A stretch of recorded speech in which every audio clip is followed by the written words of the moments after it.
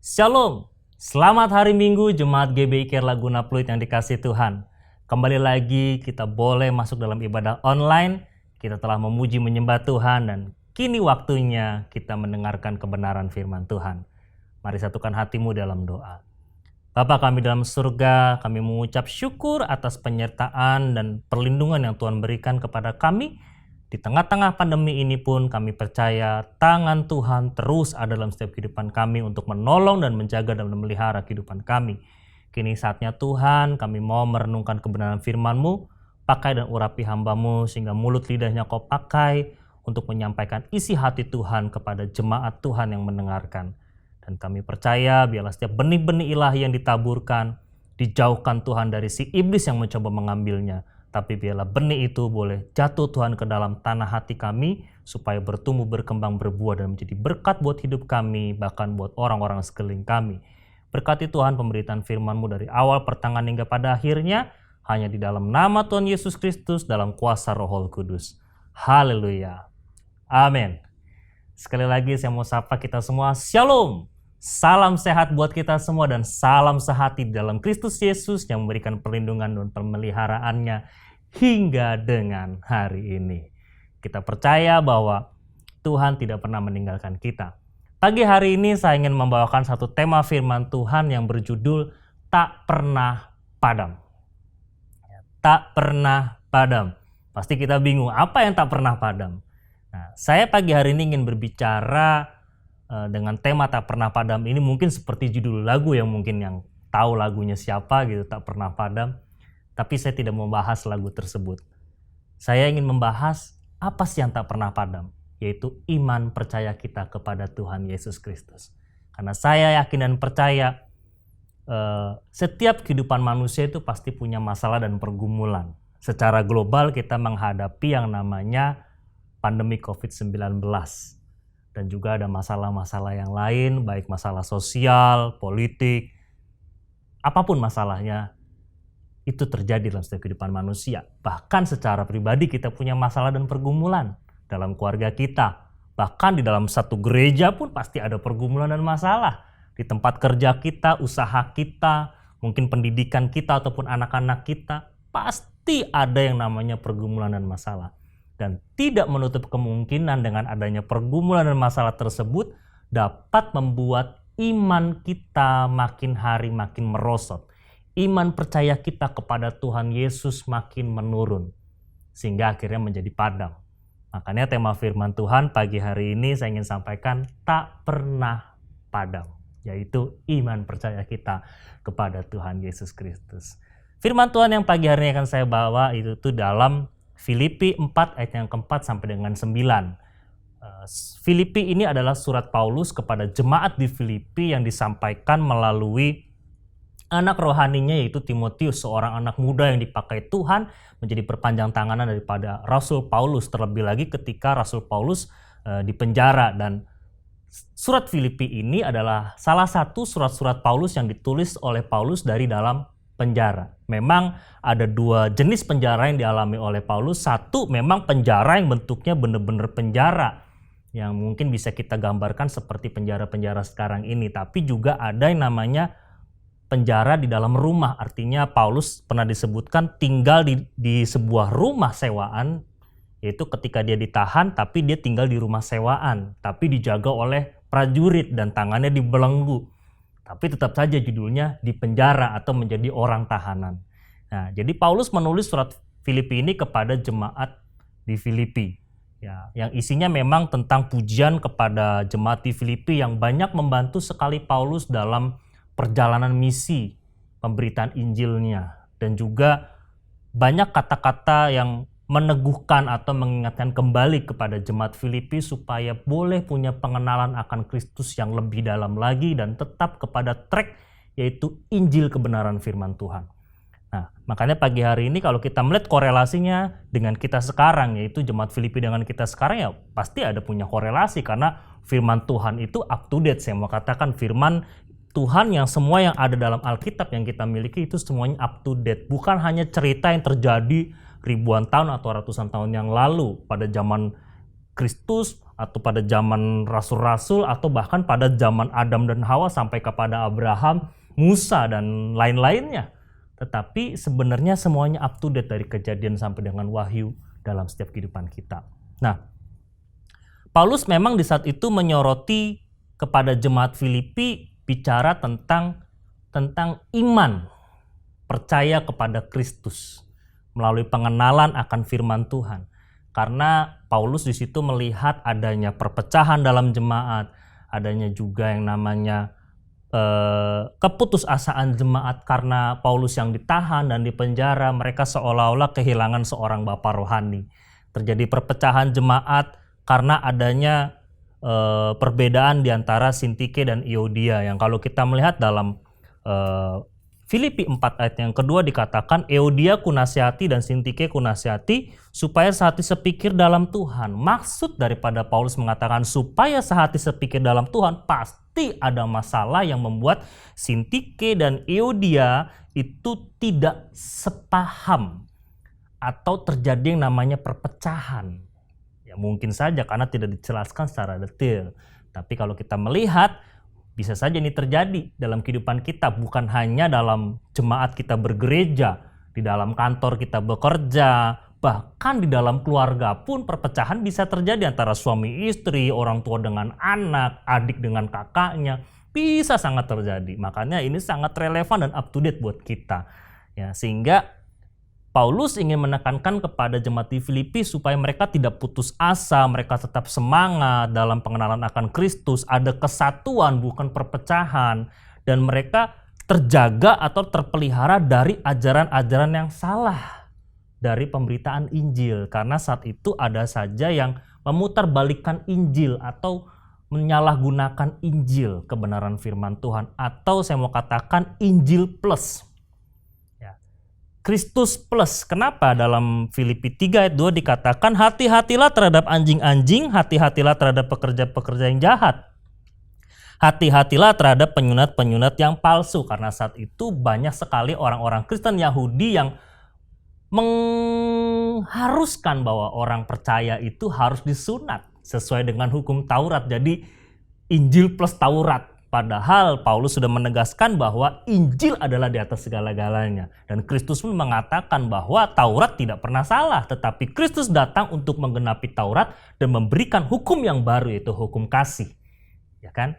Jadi Paulus inginnya mereka benar-benar fokus kepada Injil Kristus. Taurat memang tidak salah, tetapi itu memang sudah menjadi budaya orang Yahudi. Tetapi budaya Yahudi itu tidak bisa dipaksakan kepada orang-orang non-Yahudi yang saat itu juga percaya kepada Kristus. Nah, di situ dikatakan hati-hatilah terhadap anjing-anjing. Anjing-anjing ini sebenarnya awalnya adalah seperti perkataan orang-orang Yahudi kepada orang-orang non-Yahudi yang mengatakan bahwa mereka adalah anjing-anjing. Tetapi sekarang Paulus membalikan itu semua, mengatakan bahwa kepada orang Yahudi hati-hatilah terhadap orang-orang Yahudi yang demikian, yang tadi yang memegang teguh Taurat plus Injil, Injil plus Taurat, anjing-anjing. Jadi ditujukan kepada orang-orang Yahudi tersebut. Hati-hatilah terhadap pekerja-pekerja yang jahat, karena ada juga orang-orang atau pelayan-pelayan Tuhan yang saat itu mencuri kemuliaan Tuhan, yang atau memutarbalikkan Injil. Ya makanya dikatakan hati-hati juga terhadap penyunat-penyunat yang palsu. Ya karena Paulus lebih menekankan kita harus punya sunat hati. Ya. Karena kalau sunat lahiriah itu kan cuma hanya sunatnya orang Yahudi kan hanya kepada kaum pria, tidak kepada kaum wanita. Makanya Paulus lebih suka kepada sunat hati, yaitu menyunat hati atau keinginan diri kita disunat untuk keinginan Kristus, atau yang saya katakan menyerahkan diri kita kepada Kristus, yaitu iman percaya kita. Nah, ini yang akan kita bahas. Memang Paulus menekankan dalam Filipi ini tentang sukacita, kesatuan, dan pengenalan akan Kristus. Sebab kenapa? Kristus adalah kekuatan dan sumber sukacita dan damai orang percaya, yaitu pemberi kemenangan atas segala kekhawatiran. Makanya saya singgung dari awal, setiap manusia punya masalah dan pergumulan. Terlebih lagi di tengah-tengah pandemi ini, tidak mungkin kita nggak punya masalah atau pergumulan, pasti punya. Baik masalah pribadi, masalah keluarga, bahkan dalam pelayanan, gereja, apalagi sekarang di dalam pekerjaan, usaha, banyak yang terdampak dari COVID-19 ini. Maka dari itu penting bagi kita terus berpegang teguh kepada Injil yang Tuhan telah berikan kepada kita semua, yaitu kebenaran firman Tuhan yang ada dalam Alkitab ini. Karena ini semuanya up to date. Nah, jadi pertanyaannya, bagaimanakah iman percaya kita tak pernah padam dalam kehidupan kita sebagai orang Kristen atau orang-orang percaya di zaman now ini? Nah, kita baca dalam Filipi 4 ayat yang keempat sampai dengan yang ke-9. Demikian firman Tuhan. Bersukacitalah senantiasa dalam Tuhan. Sekali lagi kukatakan, bersukacitalah. Hendaklah kebaikan hatimu diketahui semua orang. Tuhan sudah dekat. Janganlah hendaknya kamu khawatir tentang apapun juga, tetapi nyatakanlah dalam segala hal keinginanmu kepada Allah dalam doa dan permohonan dengan ucapan syukur. Damai sejahtera Allah yang melampaui segala akal akan memelihara hati dan pikiranmu dalam Kristus Yesus. Jadi, akhirnya saudara-saudara, semua yang benar, semua yang mulia, semua yang adil, semua yang suci, semua yang manis, semua yang sedap didengar, semua yang disebut kebajikan dan patut dipuji, pikirkanlah semuanya itu. Ayat 9 terakhir, dan apa yang telah kamu pelajari, dan apa yang telah kamu terima, dan apa yang telah kamu dengar, dan apa yang telah kamu lihat padaku, lakukanlah itu, maka Allah sumber damai sejahtera akan menyertai kamu. Ya. Amin buat kebenaran firman Tuhan yang telah dibaca. Jadi firman Tuhan ada 3 hal yang ingin saya sampaikan pagi hari ini dari ayat 4 sampai dengan ayat 9. Berbicara bagaimana iman percaya kita sebagai orang Kristen di zaman now ini, di tengah-tengah pandemi, di tengah-tengah pergumulan dan masalah hidup yang saya katakan semakin hari bukan semakin mudah tapi semakin kompleks. Ya. Apalagi ini tinggal hitungan minggu saja, tinggal 7 minggu atau 6 minggu, 8 minggu, kita akan masuk ke dalam tahun 2021, ke tahun yang baru. Bukan berarti kalau masuk tahun yang baru itu berarti masalah pergumulan kita makin berkurang, makin sedikit. No, saya mau katakan dengan jelas, dan saya yakin bahwa masuk ke tahun 2021, masalah dan pergumulan kita bukan tambah sedikit, tapi akan semakin lebih banyak dan kompleks. Kenapa? Supaya iman kita semakin hari semakin teruji di hadapan Tuhan. Dan memang bumi ini sudah tua. Dunia ini sudah tua.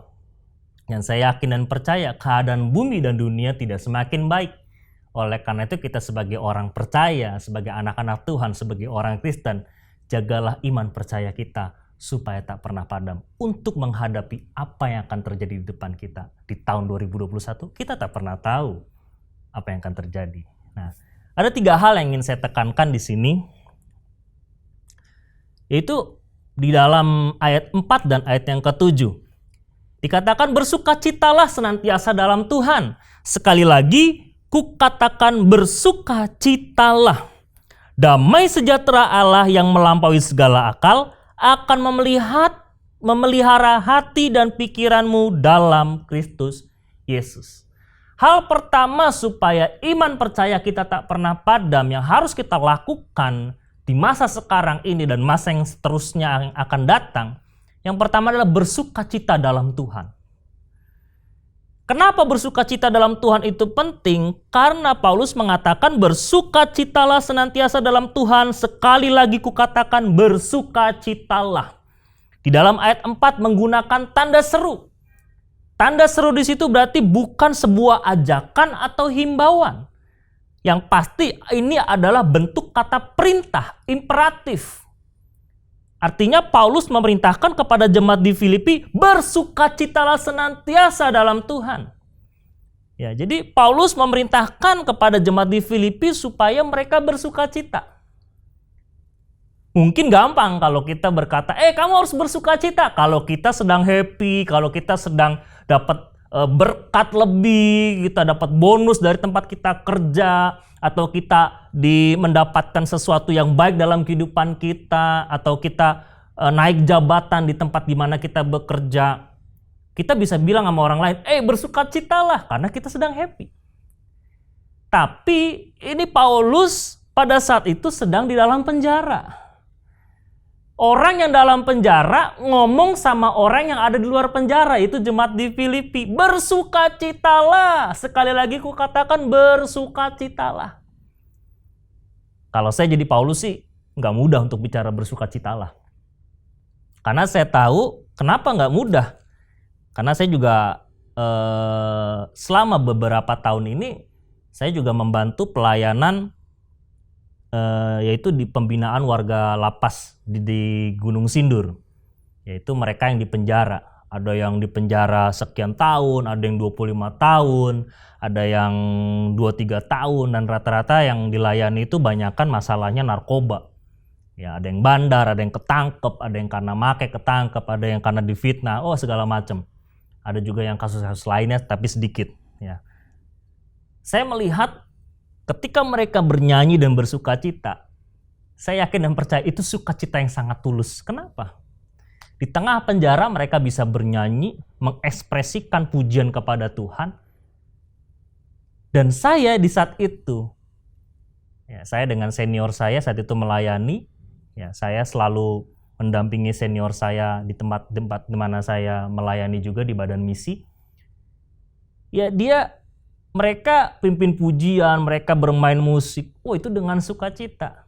Saya dalam hati langsung berpikir, wow, jangan-jangan sukacita yang mereka alami ini seperti sukacitanya Paulus ketika menuliskan surat ini kepada jemaat di Filipi.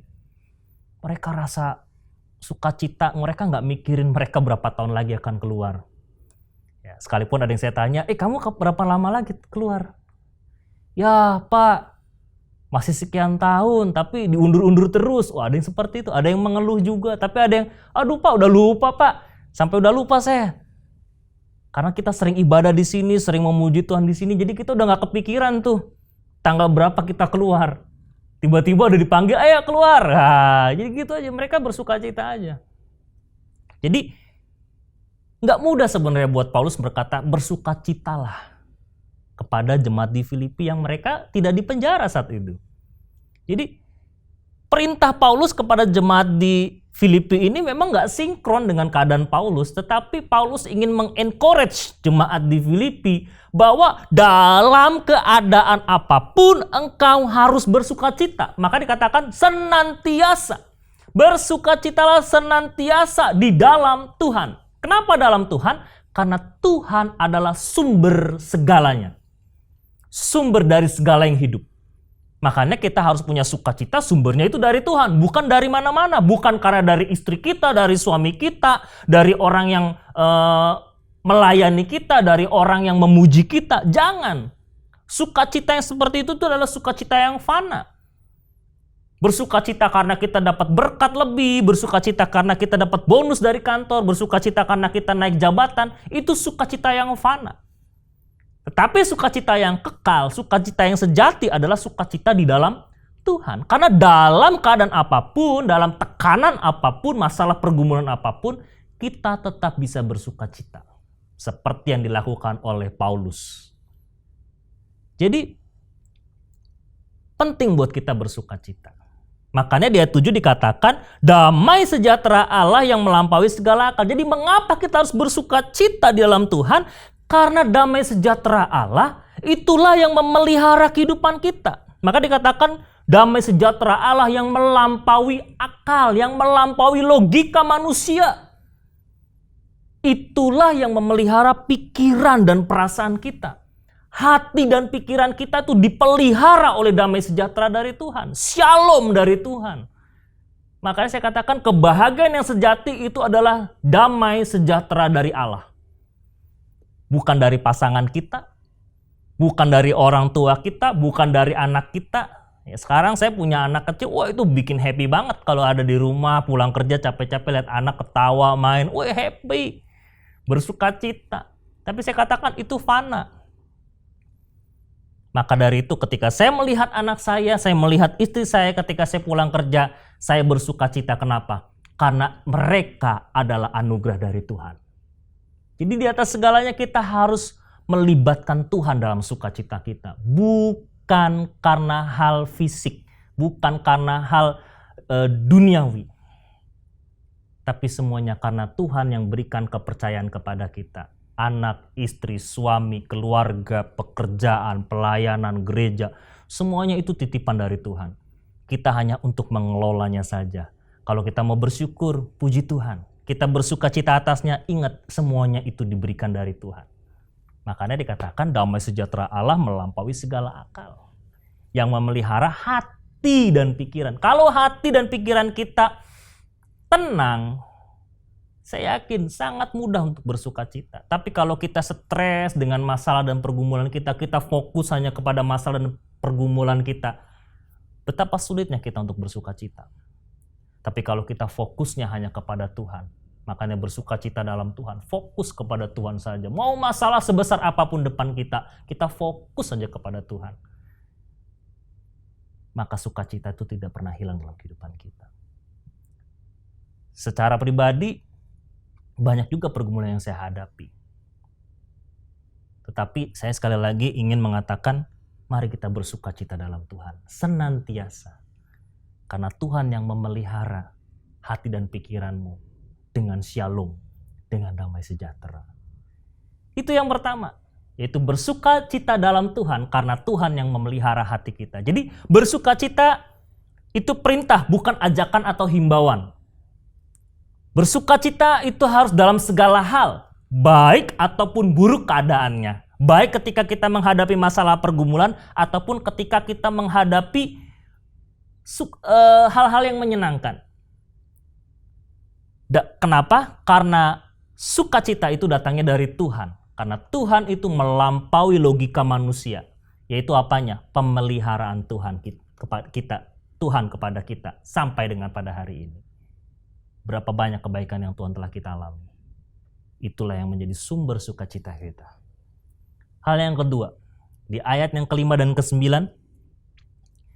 hendaklah kebaikan hatimu diketahui semua orang, Tuhan sudah dekat.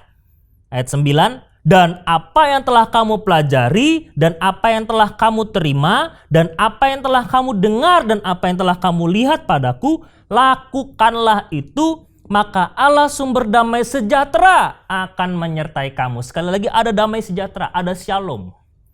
Yang kedua, setelah kita bersukacita senantiasa dalam segala hal di dalam Tuhan.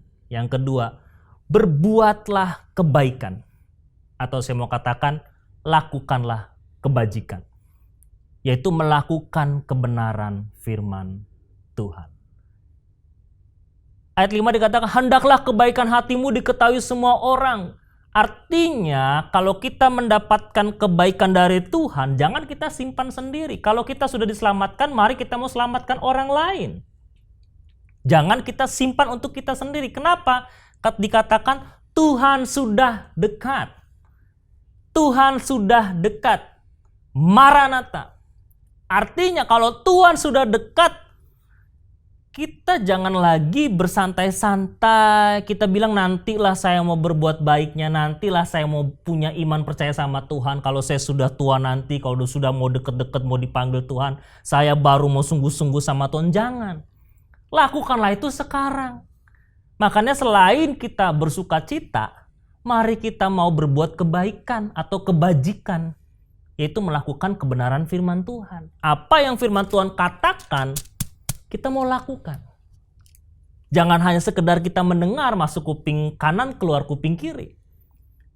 Kenapa? Karena ayat 9 dikatakan, dan apa yang telah kamu pelajari dan kamu terima itu apa? Kebenaran firman Tuhan yang disampaikan. Sekarang kita buka YouTube, banyak sekali khotbah-khotbah yang memberkati. Media sosial di Instagram. Dimanapun media sosial itu banyak sekali firman Tuhan bertebaran. Sejak masa pandemi COVID-19 ini. Jangan kita hanya melihat, mendengar, mempelajari, menerima, tapi kita tidak pernah mau melakukannya. Karena di situ dikatakan, lakukanlah itu. Sekali lagi ini bentuk kata perintah Paulus kepada jemaat di Filipi.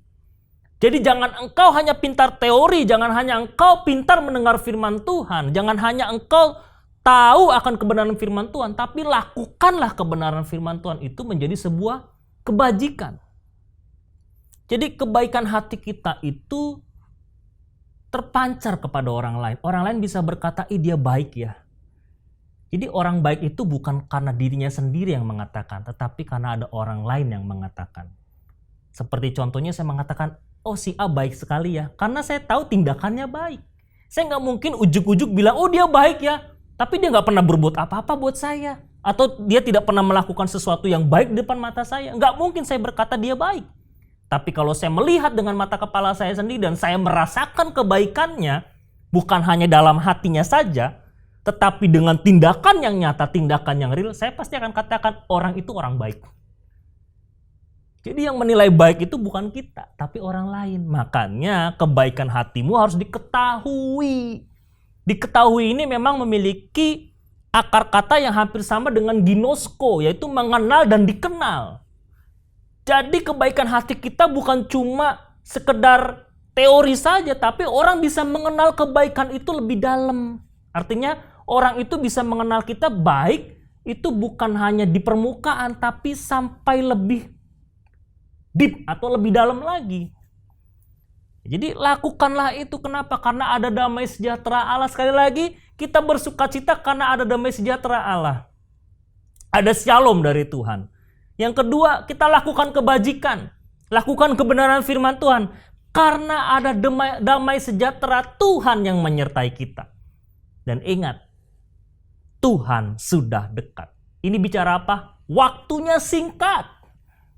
Kalau saya boleh ukur pagi, siang, sore, malam, petang. Mungkin hari ini sudah petang. Menjelang malam. Artinya waktu kita sudah sangat singkat. Oleh karena itu, apa yang kita pelajari kebenaran Kristus, yang kita dengar, yang kita lihat, makanya penting kita membaca kebenaran firman Tuhan. Jangan membaca infotainment saja, mendengar infotainment, tapi penting kita mendengarkan renungan firman Tuhan, membaca firman Tuhan dari Kejadian sampai dengan Wahyu. Kalau nggak sempat, sekarang sudah ada audio Alkitab audio.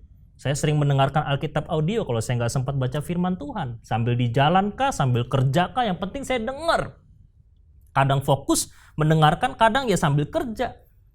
Tapi setidaknya ada firman Tuhan yang masuk ke kuping kita, dan masuk dan dicerna oleh otak kita. Dari otak kita masuk ke hati kita, dan dari hati kita itu menjadi rema.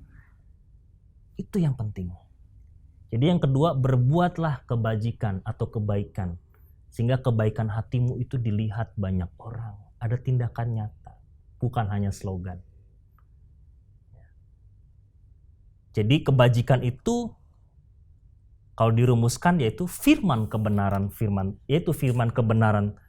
Injil Kristus plus dengan kebaikan hati kita. Kalau cuma firman kebenaran tanpa ada kebaikan hati kita, tidak akan menjadi tindakan yang nyata. Kalau cuma kebaikan hati kita saja tanpa ada firman kebenaran, kita jangan-jangan hanya ingin pamer kebaikan.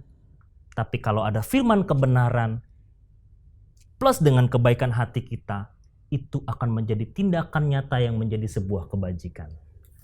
Nah, itu jadi penting buat kita. Jadi yang kedua, lakukanlah kebajikan, yaitu kebenaran firman Tuhan. Nah, yang terakhir, tadi ayat 4, ayat 9 sudah, ayat 3 sudah, dan ayat 7 sudah. Sekarang ayat yang ke-6 dan ke-8. Dikatakan, janganlah hendaknya kamu khawatir tentang apapun juga, tetapi nyatakanlah dalam segala hal keinginanmu kepada Allah dalam doa dan permohonan dengan ucapan syukur. Ayat 8, jadi akhirnya saudara-saudara, semua yang benar, semua yang mulia, semua yang adil, semua yang suci, semua yang manis, semua yang sedap didengar, semua yang disebut kebajikan dan patut dipuji, pikirkanlah semuanya itu.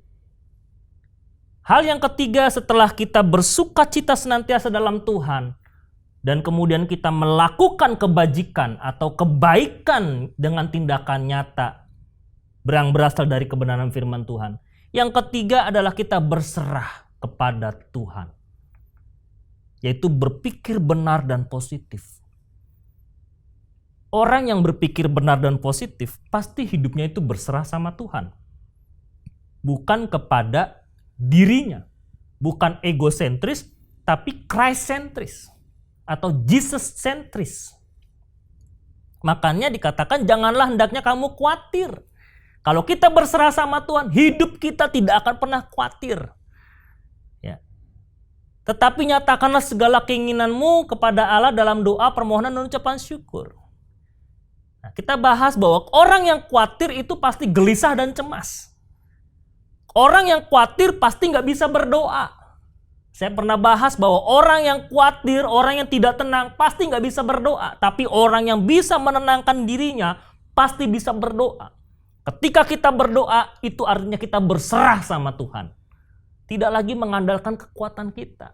Fisik kita, kemampuan kita terbatas. Tetapi firman Tuhan katakan ada Allah yang tidak terbatas. Yang punya kekuatan melebihi kekuatan manusia. Yang bisa melampaui segala akal. Makanya hal yang ketiga, supaya iman kita tak pernah padam. Iman percaya kita tak pernah padam. Selain kita terus bersuka cita dalam Tuhan. Selain kita melakukan kebaikan dengan kebenaran firman Tuhan. Kita harus berserah kepada Tuhan. Karena Dia adalah sumber segalanya. Dia yang memberikan damai sejahtera kepada kita. Makanya jangan khawatir. Pergumulan boleh datang, masalah boleh datang. Pandemi COVID boleh terjadi, tapi semua itu ada waktunya. Makanya ditekankan tadi waktunya sudah dekat. Tuhan sudah dekat. Jadi Tuhan sudah dekat itu bicara ada rentang waktu. Masalah pergumulan kita punya waktu, ada limitnya. Yang unlimited itu adalah damai sejahtera dari Tuhan. Shalom dari Tuhan kita, pemeliharaan dari Tuhan kita, itu unlimited. Masalah pergumulan kita, kekuatan kita, semuanya itu punya limit terbatas. Makanya kita harus berserah sama Tuhan. Dalam keadaan apapun, baik atau buruk. Dalam keadaan kita lagi dapat bonus, lagi kita bersuka cita, lagi kita sedang bersedih. Ingat, kita harus hanya berserah sama Tuhan. Serahkan segala kekhawatiranmu kepada Tuhan. Ya. Dalam apa? Dalam doa dan permohonan dengan ucapan syukur. Doa di sini bukan bicara kita berdoa meminta apa yang kita mau. Kata doa di situ lebih condong kepada bagaimana kita memuji dan menyembah Tuhan secara pribadi. Di mana kita punya waktu khusus untuk memuji menyembah Tuhan. Doa kita bukan melulu kita minta sama Tuhan, tapi kita punya waktu intim untuk memuji menyembah Tuhan, mengingat kebaikan dan pemeliharaan Tuhan dalam setiap kehidupan kita. Baru setelah kita memuji menyembah Tuhan, maka dikatakan, nyatakanlah keinginanmu kepada Allah sebagai sumber kehidupan kita. Dalam doa, doa di sini itu bicara pujian penyembahan kita kepada Tuhan. Baru dikatakan dan permohonan, baru kita menaikkan apa yang menjadi kerinduan kita, apa yang menjadi masalah pergumulan kita, apa yang menjadi doa pribadi kita atau doa syafaat kita. Jadi harus kita memuji menyembah Tuhan dulu, baru kita memohon apa yang kita mohonkan kepada Tuhan. Baru setelah itu, unsur yang ketiga setelah kita memuji menyembah Tuhan, kita meminta permohonan kepada Tuhan. Jangan lupa harus ada yang namanya pengucapan syukur. Kita harus terus bersyukur sama Tuhan. Kenapa? Kalau kita nggak bersyukur sama Tuhan, pasti dan saya yakin dan jamin kita nggak bisa memuji menyembah Tuhan. Tapi kalau ada rasa syukur dalam hati kita atas pemeliharaan Tuhan, sangat mudah buat kita untuk memuji menyembah Tuhan. Sangat mudah untuk kita mengangkat tangan kita bersyukur kepada Tuhan. Sangat mudah buat kita untuk berdoa, bukan hanya buat kita secara pribadi, tapi juga buat orang-orang yang perlu didoakan. Keluarga kita kah, hamba-hamba Tuhan kah, gereja Tuhan kah, pemerintah kah. Jadi kita akan bisa punya jam-jam doa itu punya kualitas bukan hanya secara kuantitas. Tuhan tidak perlu kuantitasnya, berapa lama kita berdoa, tapi kualitas doa kita itu. Harus ada pujian penyembahan kepada Tuhan, ada yang kita naikkan kepada Tuhan, permohonan kita. Dan keduanya disertai dengan ucapan syukur. Kalau ada rasa syukur, doa kita bukan lagi menjadi berat. Tapi doa kita itu menjadi sesuatu yang menyejukkan kita, menyejukkan kehidupan kita. Jadi Paulus mengatakan, beritakanlah atau beritahukanlah apa yang menjadi kerinduanmu kepada Tuhan. Tuhan memang maha tahu. Tuhan tahu apa yang kita perlukan. Tuhan tahu apa yang kita butuhkan. Tuhan tahu masalah pergumulan yang kita hadapi. Tapi Paulus memerintahkan kepada jemaat di Filipi, ayat 6 dikatakan, nyatakanlah dalam segala hal keinginanmu. Jadi harus dinyatakan, harus disampaikan, jangan dipendam, jangan hanya berdiam diri ketika kita berdoa. Tapi katakanlah itu dengan mulutmu, dengan perkataanmu. Apa yang masalah yang sedang kau hadapi, pergumulan apa yang kau hadapi, harus kau katakan kepada Tuhan. Sekalipun Tuhan sudah tahu dengan detil masalah yang kita hadapi. Tapi Tuhan butuh kita mengakui dengan jujur. Ya. Makanya dikatakan ayat 8, jadi semuanya semua yang benar. Jadi apa yang benar, yang mulia, semua yang adil, semua yang suci, semua yang manis, semua yang sedap didengar, yang patut dipuji, yang disebut kebajikan, pikirkanlah itu. Artinya apa? Kita jadi orang itu harus jujur di hadapan Tuhan. Punya integritas di hadapan Tuhan dan manusia, bahkan sesama kita. Makanya kita bisa berserah sama Tuhan. Jadi orang yang berserah sama Tuhan pasti hidupnya jujur. Orang yang hidupnya berserah sama Tuhan pasti punya integritas. Kenapa? Karena yang manis, yang benar, yang mulia, yang adil, yang suci, yang sedap didengar, yang patut dipuji, itu semua yang dilakukan oleh kita, yang dipikirkan oleh kita. Jadi kalau pikiran kita segala sesuatu yang baik, positif, dan benar, pasti kita berserah kepada Tuhan. Ya. Jadi penting buat kita semua. Nah, jadi biarlah 3 hal tadi. Maksudnya hal yang ketiga ini, yaitu berserah kepada Allah, itu bicara kita punya pujian penyembahan kepada Tuhan, punya doa permohonan dan ucapan syukur. Jadi biarlah 3 hal tadi itu menjadi poin-poin penting buat kita supaya iman percaya kita tak pernah padam. Sebagai kesimpulan saya mau katakan, agar iman percaya kita tak pernah padam, maka perlu bagi kita untuk terus senantiasa bersukacita dalam Tuhan, berbuat baik atau kebajikan di dalam kebenaran firman Tuhan, dan berserah kepada Tuhan dalam segala hal, apapun yang terjadi dalam kehidupan kita, karena ada damai sejahtera dan pemeliharaan Allah yang senantiasa memelihara dan menyertai kehidupan kita sampai kepada kesudahan zaman atau sampai kepada Maranatha. Sebagai ayat penutup, kita mau lihat dalam Filipi 4 ayat 13, mungkin ini jadi ayat emas bagi kita semua. Segala perkara dapat kutanggung dalam Dia yang memberi kekuatan kepadaku. Saya tutup dengan ayat ini dan Tuhan Yesus memberkati kita semua. Shalom. Mari kita bersatu dalam doa. Bapa, kami mengucap syukur untuk pemberitaan firman-Mu pada saat hari ini Tuhan. Kami percaya bahwa iman percaya kami tak boleh padam Tuhan. Sebab itu ajar kami Tuhan untuk terus bersukacita di dalam Tuhan. Apapun keadaan yang sedang kami hadapi. Dan kami belajar Tuhan untuk melakukan apa yang baik atau berbuat kebajikan di dalam kebenaran firman Tuhan. Dan pada akhirnya ajar kami Tuhan untuk berserah total hanya kepada Tuhan. Bergantung hanya kepada Tuhan. Berkati umat-Mu Tuhan, berkati setiap pribadi-pribadi yang mendengarkan kebenaran firman Tuhan ini. Biarlah semuanya diberkati. Keluarga-keluarga yang mendengarkan semuanya diberkati. Bahkan setiap pelayanan mereka, pekerjaan mereka, gereja-gereja Tuhan semuanya diberkati. Kami yakin dan percaya segala pergumulan dan masalah yang kami hadapi, semua punya waktu.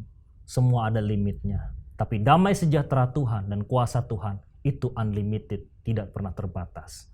Pada akhirnya Tuhan, biarlah benih ilahi ini boleh tertanam dalam setiap hati kami, bertumbuh, berkembang, berbuah menjadi berkat buat kami secara pribadi dan keluarga, bahkan juga menjadi berkat buat sesama kami. Terima kasih Tuhan, kami mengucap syukur untuk kebenaran firman Tuhan, di dalam nama Tuhan Yesus Kristus. Haleluya. Amin. Sekali lagi, shalom buat kita semua.